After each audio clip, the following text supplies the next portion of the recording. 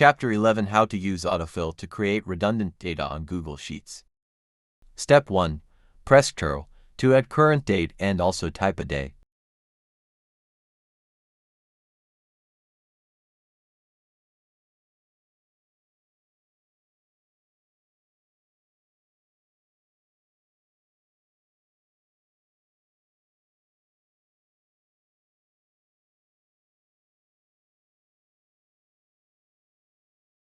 Step to put the mouse pointer over the bottom right-hand corner.